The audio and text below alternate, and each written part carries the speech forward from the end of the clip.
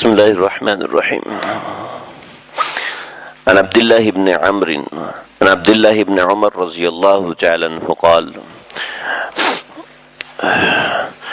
رضا الرب في رضا الوالد وسخط الرب في سخط الوالد. حضرت عبداللہ بن عمر رضی اللہ تعالیٰ عنہ کا بیان ہے کہ اللہ کی رضامندی والد کی رضامندی میں ہے اور اللہ کی ناراضگی والد کی ناراضگی میں ہے. فرمایا کہ اللہ کی رضامندی والد کی رضامندی میں ہے اور اللہ کی ناراضگی والد کی ناراضگی میں ہے. اس حدیث شریف کا مطلب صاف اور ظاہر ہے، یعنی اگر تم اللہ کی رضا حاصل کرنا چاہتے ہو تو اپنے والد کو راضی رکھو. تو گویا جس نے اپنے والد کو راضی رکھا اس نے اللہ کو راضی رکھا، جس نے والد کو ناراض کیا اس نے اللہ کو ناراض کیا. اس حدیث میں صرف والد کا لفظ آیا ہے، مگر در منصور حاکم اور بحقی کی روایت میں والد کی بجائے والدین کا لفظ آیا، یعنی ماں اور باپ دونوں کو راضی رکھا کرو. جس نے ان دونوں کو راضی رکھا اس نے اللہ کو راضی رکھا، جس نے ماں باپ دونوں کو ناراض کیا اس نے اللہ کو ناراض کیا.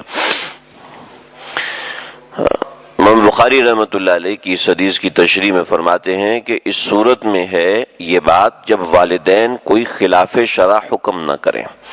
اگر ان کا حکم اللہ اور اس کے رسول کے حکم کے خلاف ہے تو اس وقت ان کا حکم نہ مانا جائے. اگر اس پر والدین ناراض بھی ہو جائیں تو پرواہ نہ کی جائے، کیونکہ ان کی اس ناراضگی سے اللہ جل شانہ ناراض نہ ہوں گے بلکہ راضی ہوں گے. خوب سمجھ لیں، یہ روایت سمجھ لیں، یہ صرف اولاد کے لیے نہیں ہے بلکہ یہ والدین کے لیے بھی ہے.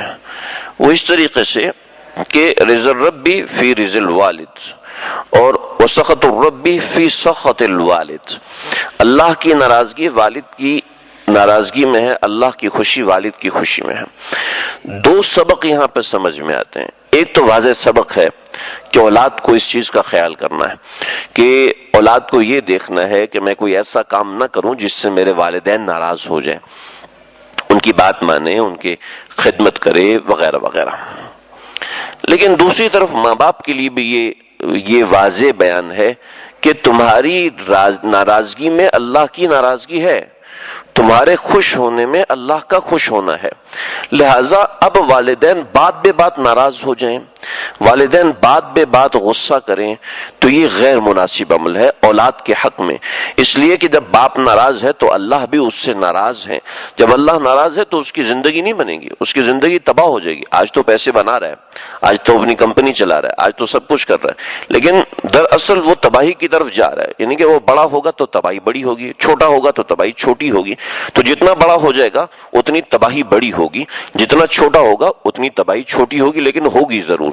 تو وہ اپنے آپ کو بنا رہا ہے جس سے بھی کر رہا ہے. والد کی رضامندی، والد کو والدین کو بلا وجہ چھوٹی چھوٹی باتوں پہ ناراض نہیں ہونا چاہیے.